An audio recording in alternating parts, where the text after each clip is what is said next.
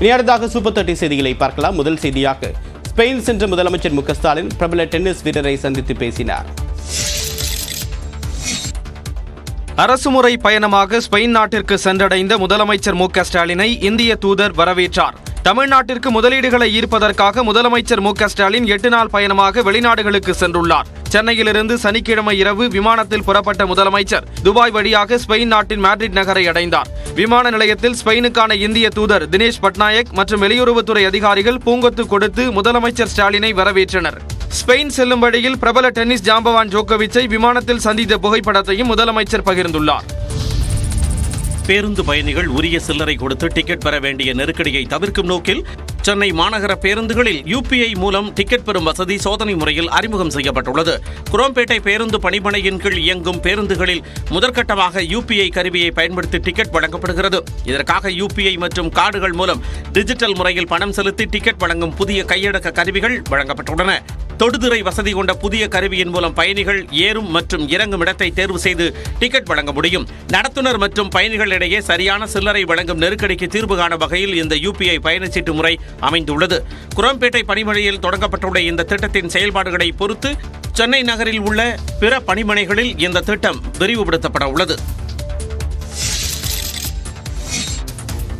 தமிழ்நாட்டில் பாஜக ஒரு போட்டியே இல்லை என்றும் திமுகவுக்கும் அதிமுகவுக்கும் தான் போட்டி என விடுதலை சிறுத்தைகள் கட்சி தலைவர் திருமாவளவன் தெரிவித்துள்ளார். ஈழத் தமிழர்களின் விடுதலைக்காக உயிர்நீத்த முத்துக்குமார் நினைவு நாள் கூட்டம் சென்னை அசோக் நகரில் நடைபெற்றது.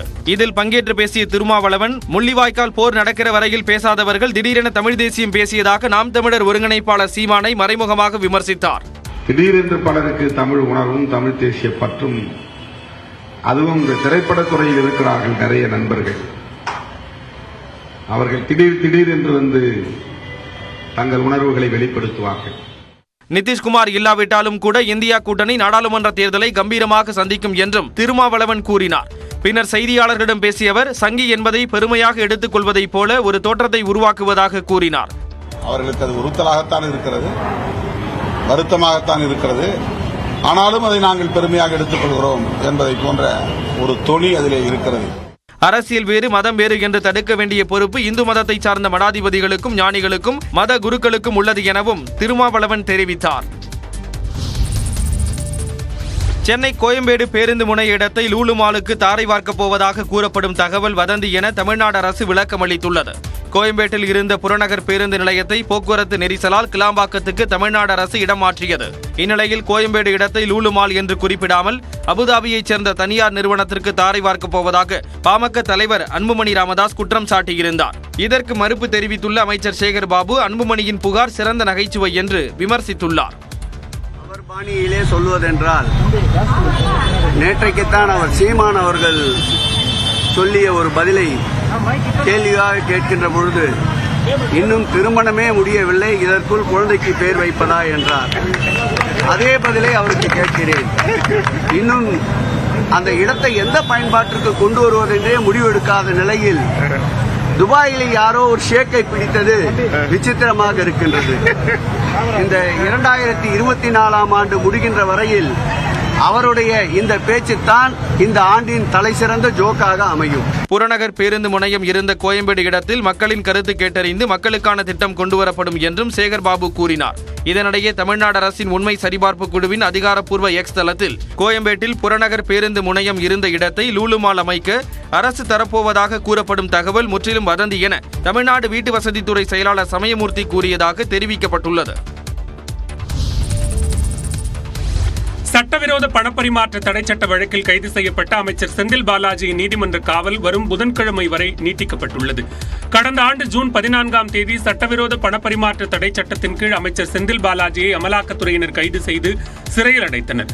இதனைத் தொடர்ந்து கடந்த ஆண்டு ஆகஸ்ட் மாதம் செந்தில் பாலாஜிக்கு எதிராக அமலாக்கத்துறையினர் குற்றப்பத்திரிகை தாக்கல் செய்தனர். சுமார் 3000 பக்கம் கொண்ட குற்றப்பத்திரிகையின் நகல் அமைச்சர் செந்தில் பாலாஜியிடம் வழங்கப்பட்டது. செந்தில் பாலாஜியின் நீதிமன்ற காவல் திங்கட்கிழமையுடன் முடிவடைந்த நிலையில் நீதிபதி அல்லி முன்பு காணொலி காட்சி வாயிலாக அவர் ஆஜர்படுத்தப்பட்டார். குற்றப்பத்திரிகையின் அடிப்படையில் குற்றச்சாட்டை பதிவு செய்வதற்கு எதிரான வழக்கு விசாரணைக்கு வர உள்ளதால் செந்தில் பாலாஜியின் நீதிமன்ற காவல் புதன்கிழமை வரை நீட்டிக்கப்பட்டுள்ளது. இதன் மூலம் அமைச்சர் செந்தில் பாலாஜியின் நீதிமன்ற காவல் 17வது முறையாக நீட்டிக்கப்பட்டுள்ளது. சட்டவிரோத பணப்பரிமாற்ற தடைச்சட்ட வழக்கு விசாரணையை முடக்கும் நோக்கில் அமைச்சர் செந்தில் பாலாஜி தாக்கல் செய்துள்ள மனுவை தள்ளுபடி செய்ய வேண்டும் என சென்னை முதன்மை அமர்வு நீதிமன்றத்தில் அமலாக்கத்துறை தெரிவித்துள்ளது. சட்டவிரோத பணப்பரிமாற்ற தடைச்சட்ட வழக்கில் கடந்த ஆண்டு ஜூன் 14ஆம் தேதி செந்தில் பாலாஜி கைது செய்யப்பட்டார். அவருக்கு எதிராக குற்றப்பத்திரிகையும் தாக்கல் செய்யப்பட்டுள்ளது. இந்த வழக்கில் ஜனவரி 22இல் குற்றச்சாட்டுகள் பதிவு செய்ய தேதி நிர்ணயிக்கப்பட்ட நிலையில் போக்குவரத்து கழகங்களில் வேலை வாங்கி தருவதாக கூறி மோசடி செய்ததாக சென்னை மத்திய குற்றப்பிரிவில் பதிவு செய்யப்பட்ட 3 வழக்குகளின் விசாரணை முடியும் வரை அமலாக்கத்துறை தொடர்ந்த வழக்கு விசாரணையை துவங்கக்கூடாது என்று செந்தில் பாலாஜி தரப்பில் சென்னை முதன்மை அமர்வு நீதிமன்றத்தில் மனு தாக்கல் செய்யப்பட்டிருந்தது. இந்த மனுவுக்கு அமலாக்கத்துறை தாக்கல் செய்துள்ள பதிலில் வழக்கு விசாரணையை முடக்கி குற்றச்சாட்டு பதிவையும் சாட்சி விசாரணையையும் தாமதப்படுத்தும் நோக்கில் செந்தில் பாலாஜி மனு தாக்கல் செய்துள்ளதாக கூறப்பட்டுள்ளது. எம்பி எம்எல்ஏக்கள் மீதான வழக்குகளை விரைந்து விசாரித்து முடிக்க உச்சநீதிமன்றம் உத்தரவிட்ட நிலையில் செந்தில் பாலாஜியின் மனு சட்டத்தை தவறாக பயன்படுத்துவதை போன்றது எனவும் தெரிவிக்கப்பட்டுள்ளது. அமலாக்கத்துறை மனுவுக்கு பதிலளிக்க செந்தில் பாலாஜி தரப்பில் அவகாசம் கோரப்பட்டதை அடுத்து விசாரணையை ஜனவரி 31ஆம் தேதிக்கு நீதிபதி அள்ளி ஒத்திவைத்தார். வருமானத்திற்கு அதிகமாக சொத்து குவித்த வழக்கில் முன்னாள் அமைச்சர் பொன்முடிக்கு எதிரான தண்டனையை இடைக்காலமாக நிறுத்தி வைக்க உச்சநீதிமன்றம் மறுப்பு தெரிவித்துள்ளது. வருமானத்திற்கு அதிகமாக சொத்து குவித்த வழக்கில் முன்னாள் அமைச்சர் பொன்முடி மற்றும் அவரது மனைவிக்கு 3 ஆண்டுகள் சிறை தண்டனை விதிக்கப்பட்டது. இதனை எதிர்த்து உச்சநீதிமன்றத்தில் தொடரப்பட்ட மேல்முறையீட்டு மனு நீதிபதிகள் அபயோகா மற்றும் உஜ்ஜல் பூயான் அமர்வு முன்பு விசாரணைக்கு வந்தது. அப்போது பொன்முடியின் மேல்முறையீடு தொடர்பாக லஞ்ச ஒழிப்புத்துறையினர் பதில் மனு தாக்கல் செய்ய உச்சநீதிமன்றம் உத்தரவிட்டது. மேலும் முன்னாள் அமைச்சர் பொன்முடி மற்றும் அவரது மனைவி மார்ச் 4ஆம் தேதி வரை சரணடைவதிலிருந்து விலக்களித்து உச்சநீதிமன்றம் ஆணையிட்டது. இதனையடுத்து தண்டனையை தற்காலிகமாக நிறுத்தி வைக்க பொன்முடி தரப்பு வழக்கறிஞர் அபிஷேக் மனு சிங்வி முறையிட்டார். இதற்கு மறுப்பு தெரிவித்த உச்சநீதிமன்ற நீதிபதிகள் லஞ்ச ஒழிப்புத்துறையினர் பதில் மனு தாக்கல் செய்த பின்னர் தண்டனையை நிறுத்தி வைப்பது குறித்து பார்க்கலாம் என கருத்து தெரிவித்தனர். மதுரை பெருங்குடி பகுதியில் உள்ள விமான நிலையத்தில் நிர்ணயம் செய்யப்பட்ட கட்டணத்தை விட அதிக கட்டணம் வசூலிக்கப்படுவதாக புகார் எழுந்துள்ளது. இதனை ஆதாரப்பூர்வமாக நிரூபிக்கும் வகையில் கார் ஓட்டுநர் ஒருவர் அதிக கட்டணம் வசூலிப்பதை தனது மொபைல் போனில் படம் பிடித்துள்ளார். ஏர்போர்ட்டுக்குள்ளே என்ட்ரி டைம் 9:21, இப்போ மணி 9:41. எவ்வளோ பணம் கேட்குறாங்கன்னு பார்ப்போம். 60. எதுக்கு 30 मिनट हुआ ना. எவ்வளோ நேரம் ஆச்சு? ड्रॉपिंग है पिकअप है. அதெல்லாம் எதுவாக வேணா இருக்கட்டும். எவ்வளோ நேரம் ஆச்சு? ड्रॉप है पिकअप. டைம் எவ்வளோ நேரம் ஆச்சு? இப்போ टाइम है 28 मिनट. 28 மினிட்ஸ். 9:21க்கு என்ட்ரி. कितना हो रहा बिल है? एड. कितना हो रहा है? அந்த பில் எடு. मोबाइल में कितना हो रहा है? பில் எடு. மேனேஜர் வர சொல்லு. நான் கொடுத்த பில்லுங்க. हाँ? நான் கொடுத்த பில்லுங்க. Timing token. ஆமாம், டைமிங் டோக்கன் கொடு. 9:21 2658 வண்டி நம்பர். ओके. ये नहीं मिलेगा, वो बिल दिया ना. அதை கொடு, அதை கொடு. वीडियो बना रहा है. ஆமாம், எடு. हैं? ஆமாம். வாகனங்களுக்கான பார்க்கிங் கட்டணம் வசூலிக்கும் சுங்கச்சாவடிகளில் பணியாற்றும் வடமாநில ஊழியர்கள் இதுபோன்று அதிக கட்டணம் வசூல் செய்வது தொடர்கதையாகி வருவதாக புகார் எழுந்துள்ளது. நடிகரும் தென்னிந்திய திரைப்பட ஒளிப்பதிவாளர் சங்க செயலாளருமான இளவரசுவுக்கு சென்னை உயர்நீதிமன்றம் எச்சரிக்கை விடுத்துள்ளது. காவல்துறை மீது தவறான குற்றச்சாட்டை சுமத்திய விவகாரத்தில் கடுமையான விளைவுகளை சந்திக்க நேரிடும் என தென்னிந்திய திரைப்பட ஒளிப்பதிவாளர் சங்க செயலாளர் இளவரசுவை சென்னை உயர்நீதிமன்றம் எச்சரித்துள்ளது. தென்னிந்திய திரைப்பட ஒளிப்பதிவாளர் சங்கம் 2018ஆம் ஆண்டு சங்கத்தின் முன்னாள் ஊழியர்களுக்கு எதிராக தியாகராய நகர் காவல் நிலையத்தில் நிதி முறைகேடு புகார் அளித்தது. இந்த புகார் தொடர்பான விசாரணையை விரைவாக முடித்து இறுதி அறிக்கையை சம்பந்தப்பட்ட நீதிமன்றத்தில் 4 மாதத்திற்குள் தாக்கல் செய்ய வேண்டும் என்று மத்திய குற்றப்பிரிவு போலீசாருக்கு சென்னை உயர்நீதிமன்றம் உத்தரவிட்டிருந்தது. ஆனால் குறிப்பிட்ட காலத்திற்குள் போலீசார் விசாரணையை முடிக்கவில்லை என கூறி ஒளிப்பதிவாளர் சங்கம் சார்பில் அதன் செயலாளரும் நடிகருமான இளவரசு தரப்பில் சென்னை உயர்நீதிமன்றத்தில் அவமதிப்பு வழக்கு தொடுக்கப்பட்டது. இந்த அவமதிப்பு வழக்கு நீதிபதி ஜெகதீஷ் சந்திரா முன்பு கடந்த டிசம்பர் மாதம் விசாரணைக்கு வந்தபோது கடந்த டிசம்பர் 12ஆம் தேதி இளவரசு காவல் நிலையத்தில் ஆஜராகி வாக்குமூலம் அளித்துள்ளதாக கூறி அது தொடர்பான சிசிடிவி காட்சிகளை போலீசார் சமர்ப்பித்தனர்.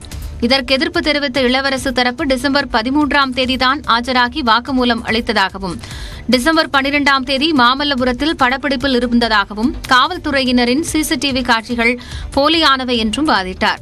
இந்த வழக்கு மீண்டும் விசாரணைக்கு வந்தபோது காவல்துறை தரப்பில் வழக்கறிஞர் சந்தோஷ் ஆஜராகி மொபைல் லொகேஷன் விவரங்கள் மற்றும் சிடிஆர் விவரங்களை தாக்கல் செய்தார். காவல்துறை சமர்ப்பித்த விவரங்களை ஆய்வு செய்த நீதிபதி இளவரசு காவல் நிலையத்தில் ஆஜரானதற்கான ஆதாரங்கள் இருப்பதாகவும் நீதிமன்றத்தில் பொய் சொல்ல வேண்டாம் என்றும் தெரிவித்தார். மேலும் 12ஆம் தேதி காவல் நிலையத்தில் ஆஜரானதை கூறி மன்னிப்பு கோரினால் அதனை ஏற்க தயாராக இருப்பதாக தெரிவித்த நீதிபதி வழக்கு விசாரணையை ஜனவரி 30ஆம் தேதிக்கு தள்ளி வைத்தார். புதுச்சேரியில் அரசுடன் கருத்து மோதல் இருந்த நிலையில் தலைமை செயலாளர் பணியிட மாற்றம் செய்யப்பட்டுள்ளார். புதுச்சேரி தலைமை செயலாளராக இருந்த ராஜீவ் வர்மா மற்றும் புதுச்சேரி ஆட்சியர் ஆகியோர் ஒரே நாளில் பணியிட மாற்றம் செய்யப்பட்டுள்ளனர். அருணாச்சல பிரதேசத்தைச் சேர்ந்த ராஜீவ் வர்மா 2022ஆம் ஆண்டு புதுச்சேரி தலைமைச் செயலாளராக நியமிக்கப்பட்டார். அவருக்கும் முதலமைச்சர் ரங்கசாமிக்கும் இடையே கருத்து மோதல் இருந்து வந்தது.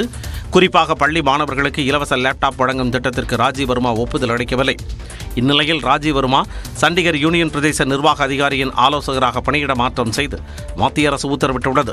அருணாச்சல பிரதேசத்தில் அரசு அதிகாரியாக பணியாற்றி வந்த சரத் சௌகான் புதுச்சேரி தலைமைச் செயலாளராக நியமிக்கப்பட்டுள்ளார். இதனிடையே புதுச்சேரி ஆட்சியர் வல்லவன் கோவாவுக்கு பணியிட மாற்றம் செய்யப்பட்டுள்ளார். இதேபோல் மற்றொரு IAS அதிகாரியான சௌத்ரி அபிஜித் விஜய் சண்டிகருக்கு மாற்றம் செய்யப்பட்டுள்ளார். அருணாச்சல பிரதேசத்தில் பணியாற்றிய தல்வாட்டு, டெல்லியில் பணியாற்றிய அஜித் குமார் சிங்லா, அந்தமானில் பணியாற்றிய கலைவாணன் ஆகியோர் புதுச்சேரிக்கு பணிமாற்றம் செய்யப்பட்டுள்ளனர்.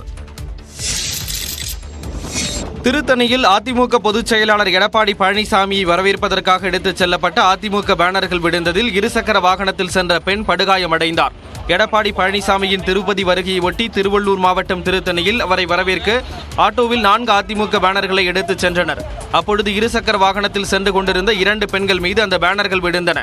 இந்த விபத்தில் கீதா என்ற பெண்ணுக்கு கால் எலும்பு முறிவு ஏற்பட்டது. அங்கிருந்த பொதுமக்கள் படுகாயமடைந்த அந்த பெண்ணை மீட்டு சிகிச்சைக்காக மருத்துவமனைக்கு அனுப்பி வைத்தனர். ஏத்திட்டு வரும்போது நான் பின்னாடியே வந்து அது என் மேல வந்து விழுந்துருச்சு. 4 பேனரும் ஒன்னா வந்து விழுந்துருச்சு. அதுல பிராக்சர் ஆயிடுச்சு. அதிமுக பேனர்கள் விழுந்து பெண் படுகாயமடைந்தது தொடர்பாக திருத்தணி போலீசார் வழக்கு பதிந்து விசாரணை மேற்கொண்டு வருகின்றனர். கந்துவட்டியை தடுக்கக்கூடிய காவல்துறையைச் சேர்ந்தவரே கந்துவட்டிக்கு பணம் கொடுக்கும் சம்பவம் கோவில்பட்டியில் அரங்கேறியது.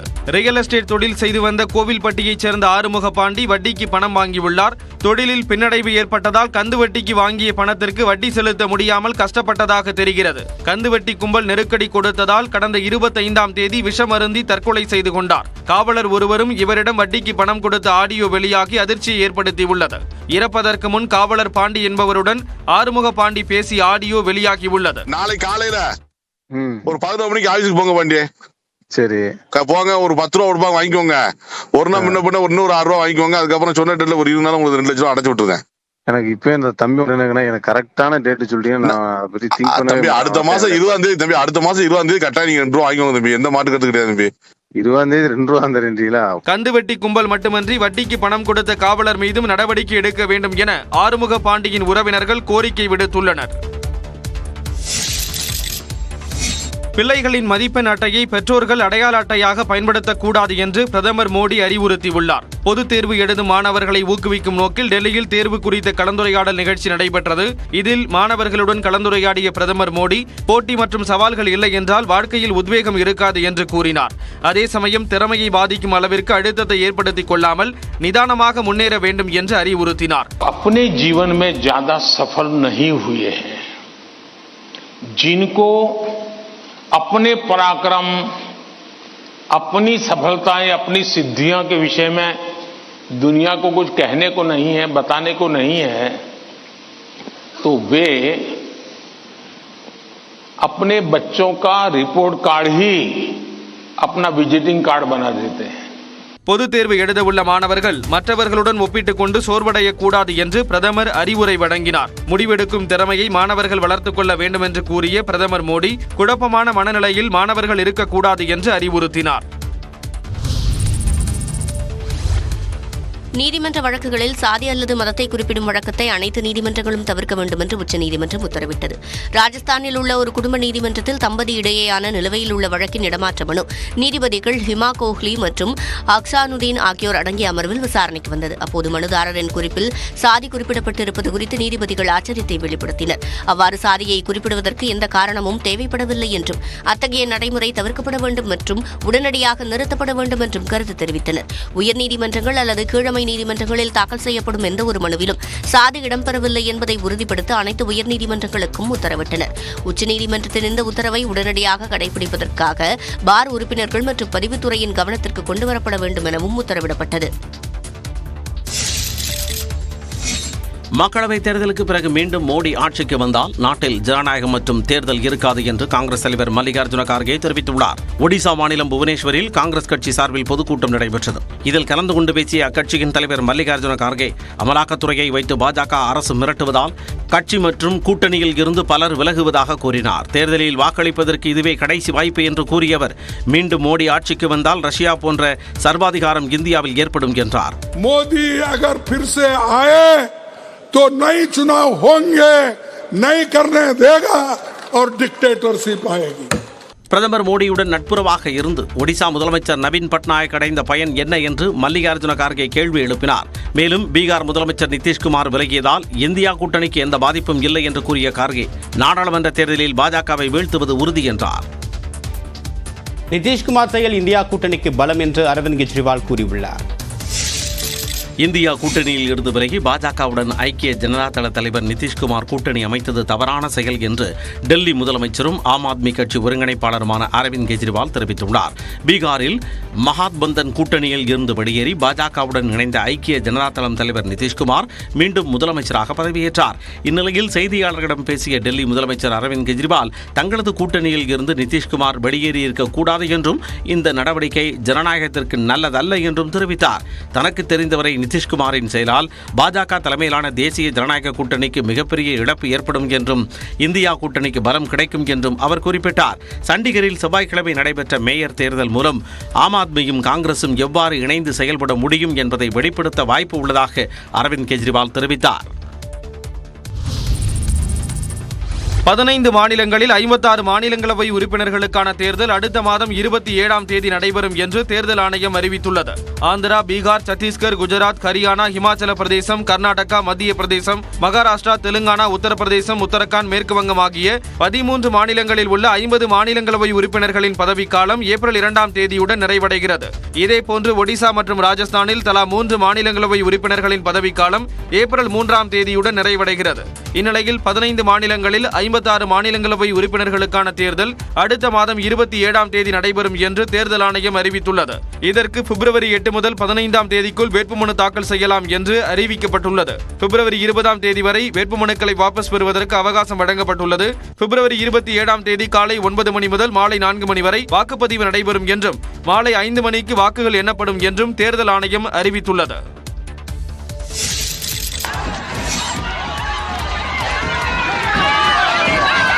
மேற்கு வங்கத்தில் சட்டம் ஒழுங்கு பிரச்சனையை கண்டித்து போராட்டத்தில் ஈடுபட்ட பாஜகவினரை காவல்துறையினர் தடியடி நடத்தி கலைத்தனர்.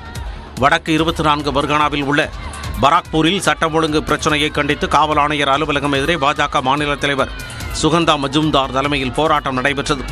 பாஜகவினரை கலைந்து செல்லுமாறு காவல்துறையினர் அறிவுறுத்திய பின்னரும் தொடர்ந்து ஆர்ப்பாட்டம் நடத்தியதால் தடியடி மற்றும் தண்ணீரை பீச்சி அடித்து காவல்துறையினர் கலைத்தனர்.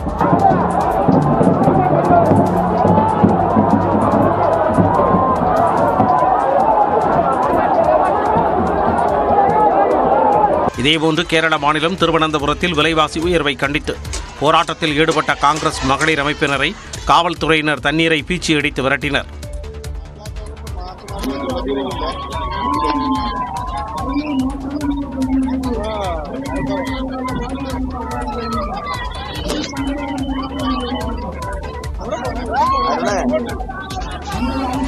அம்மாநில சட்டமன்றத்தில் பட்ஜெட் தாக்கல் செய்யப்படும் நிலையில் சட்டப்பேரவையை நோக்கி காங்கிரஸ் மகளிர் அமைப்பினர் பேரணி செல்ல முயன்றதால் காவல்துறையினர் அவர்களை தடுத்து நிறுத்தினர். சோமாலிய கடற்கொள்ளையரிடம் சிக்கிய மீனவர்களை இந்திய கடற்படை மீட்டுள்ளது. சோமாலிய கடற்கொள்ளையர்களால் கடத்தப்பட்ட ஈரானிய கப்பலில் இருந்து 17 பேரை இந்திய கடற்படை பத்திரமாக மீட்டது. கொச்சிக்கு மேற்கே 700 கடல் மைல் தொலைவில் சோமாலியாவின் கிழக்கு கடற்கரை மற்றும் ஏடன் வளைகுடா பகுதியில் ஈரானிய மீன்பிடி கப்பலில் 17 பேர் மீன்பிடித்துக் கொண்டிருந்தனர். அப்போது சோமாலிய கடற்கொள்ளையர்கள் அந்த கப்பலை கடத்தினர். கப்பலில் இருந்த 17 பேரையும் பணைய கைதிகளாக பிடித்து வைத்திருந்தனர். இதுகுறித்து இந்திய கடற்படைக்கு தகவல் கிடைத்தது. இதையடுத்து அந்த பகுதியில் பாதுகாப்பு பணியில் நிறுத்தப்பட்டிருந்த INS சுமத்ரா போர்க்கப்பல் மூலம் மீட்புப் பணியில் ஈடுபட்டதாக இந்திய கடற்படை அதிகாரி அதிகாரிகள் தெரிவித்தனர். சோமாலிய கடற்கொள்ளையர்களிடமிருந்து 17 மீனவர்களையும் கப்பலையும் இந்திய கடற்படை பத்திரமாக மீட்டது. இந்திய பெருங்கடல் பகுதியில் கடற்கொள்ளை மற்றும் கடல் பாதுகாப்பு பணிகளுக்கான இந்திய கடற்படை கப்பல்களை நிறுத்தியுள்ளது.